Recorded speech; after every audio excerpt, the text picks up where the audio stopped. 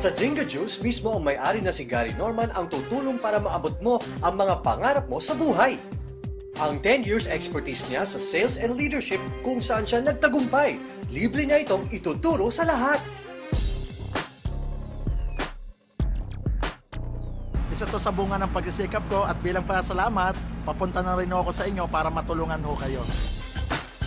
Pala yung dinadala kong sakyan pag pupunta ako sa ibang lugar, lalo ho dito sa Luzon. Ako ho, dating simple ako lang, pero ang dinadrive ko hong coffee ngayon bilang na bilang ko dito sa Pilipinas. So, nakaka-overwhelm ho.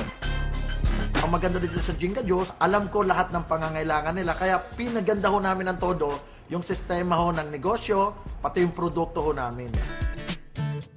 Maraming karamdaman ang nalunasan ng Power Health Drink na ito.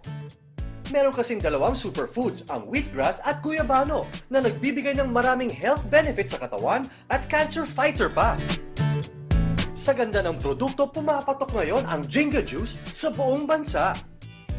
First of all, I'd like to say thank you to the public for the overwhelming response to Jinga Juice. No, our sales expectation have been triple actually. Gusto ko pa po ngayong imbitahan, the professionals, the doctors, the lawyers, yung mga managers po dyan. Lahat po tayo, nag-iisip po tayo ng magagawang extra income after work. Eh di pumunta na lang po kayo dito sa Jinga Juice at gawan po natin ng negosyo yung extra time po natin. Di na po kayo kailangan mag-intay po ng 20 years, makakuha lang po tayo ng retirement po natin. So lahat po ng extra time po natin, gawin na po nating Jinga Juice. Ipinagpalit ni Chito Alcantara ang 11 years employment niya sa bangkong pinapasukan, kapalit ang negosyong alok ng Jinga. Ang empleyado kasi minsan nakarely ka na sa benefits, no, nakarely ka na sa mga loans, pero pag tanungin mo kung nakaipon ka or ano ba na-save mo, medyo hindi rin ganun kabilis.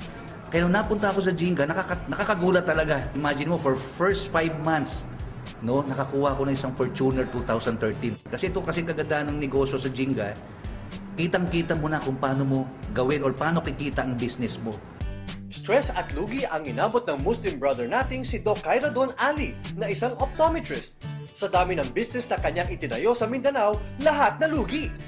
Pero nang pasukin niya ang Jinga Juice business, dito unti-unti siyang nakabangon. Lahat po yun hindi naging successful. Malaki yung ambition ko mga pangarap ko So hindi po ako nagkamali kasi sa maikling panahon, isa ako sa mga top earner na ng Jinga Juice. Naalalasap ko na yung simpleng buhay na hinahanap ko. Sa mga kababayan ko po sa Mindanao, lalo na po yung mga Muslim, sana po ay makita ninyo kung ano po yung nakita ko. Na ubakalo-kalo na mabagwe, kasukya pakasuldan sa gingay, datara sistema na mala amya salinsi ko, ginawa ko, agusi ko pamilya ko. 16 years na magkaibigan si Gary Norman at James Cervantes. Sabay nilang nakamit ang lahat ng pangarap nila sa buhay. At hindi siya nagdalawang isip na samahan ng kaibigang si Gary sa bago nitong business, ang Jinga Juice. Sa loob ng ilang buwan, isa si James sa mga top earners. Nagkaroon kami ng kotse, bahay, lupa, nakapag-travel, tapos marami kami natulungan tao.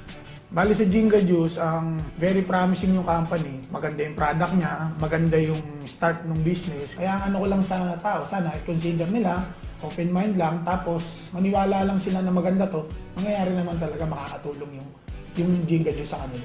Bali yun yung motivation ko sa sarili ko, kaya ako natupad yung pangarap ko.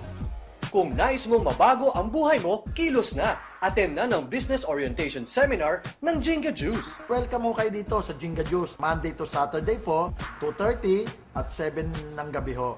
At pag Sunday naman ho, alas 3 ng hapon. Imbitado rin ang lahat sa napakalaking selebrasyon ng tagumpay sa ika-unang anibersaryo ng Jinga Juice sa September 10. So excited ho kami lahat no kasi isang taon na ho ang Jinga Juice. So ito po ay gagawin namin ang first year anniversary namin dito po sa may SMX Convention Center. September 10, alas 5 ho ng hapon. So meron ho kaming pre-concert na pwede hong panoorin ninyong lahat. At welcome ho kayong lahat.